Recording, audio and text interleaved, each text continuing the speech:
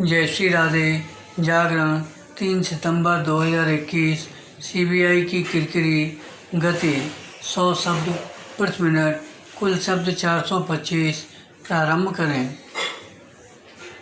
केंद्रीय जांच ब्यूरो को जिन परिस्थितियों में सब इंस्पेक्टर रैंक के अपने अफसर अभिषेक तिवारी को गिरफ्तार करना पड़ा, उससे कुल मिलाकर इस जांच एजेंसी की ही किरकिरी हुई। अभिषेक तिवारी को महाराष्ट्र के पूर्व गृह मंत्री अनिल देशमुख से मिलीभगत के आरोप में गिरफ्तार किया गया। बराम अभिषेक पर आरोप है कि उसने देशमुख के करीबी लोगों से रिश्वत ली। बराम वह देशमुख के वकील के संपर्क में था।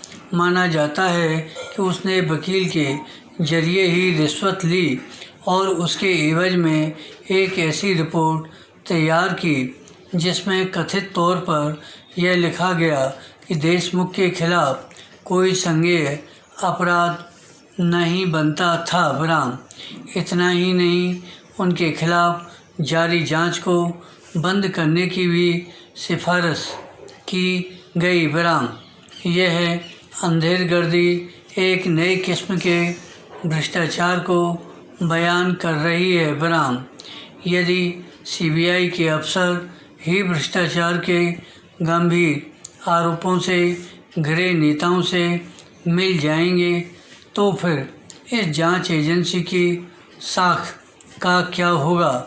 इससे संतुष्ट नहीं हुआ जा सकता कि सीबीआई ने अपने भ्रष्ट अफसर को गिरफ्तार कर लिया, क्योंकि अब इसकी आशंका बढ़ गई है कि जांच एजेंसी के अंदर ऐसे अन्य तत्व होंगे जो भ्रष्टाचार के मामले की छानबीन में इसी तरह लीपापोती करते होंगे। बराम यह सही समय है कि सीबीआई अपने घर को ठीक करे और उन तत्वों से छुटकारा पाए जो भ्रष्टाचार से लड़ने के बजाय उसे संरक्षण देने का काम कर रहे हैं। बराम सीबीआई अफसर के अनिल देशमुख से मिल जाने के मामले से यह भी पता चलता है कि भ्रष्टाचार के गंभीर आरोपों का सामना कर रहे समर्थ लोगों को न्याय के कटघरे में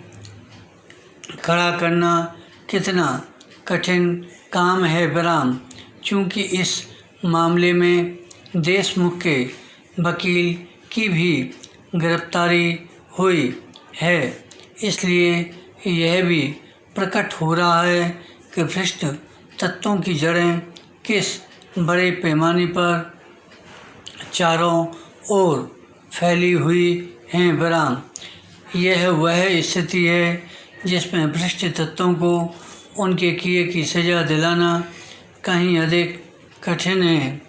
इससे अधिक चिंताजनक बात कोई और नहीं कि जिन पर भ्रष्ट तत्वों से निपटने का दायित्व है वे ऐसे तत्वों से मिल जाएं।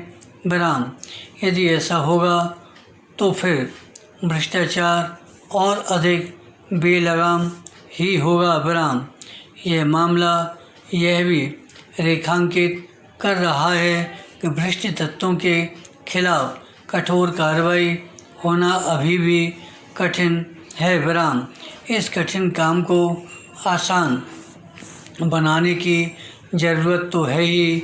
भ्रष्ट नेताओं और नौकरशाहों की साठगांठ को तोड़ने की भी आवश्यकता है।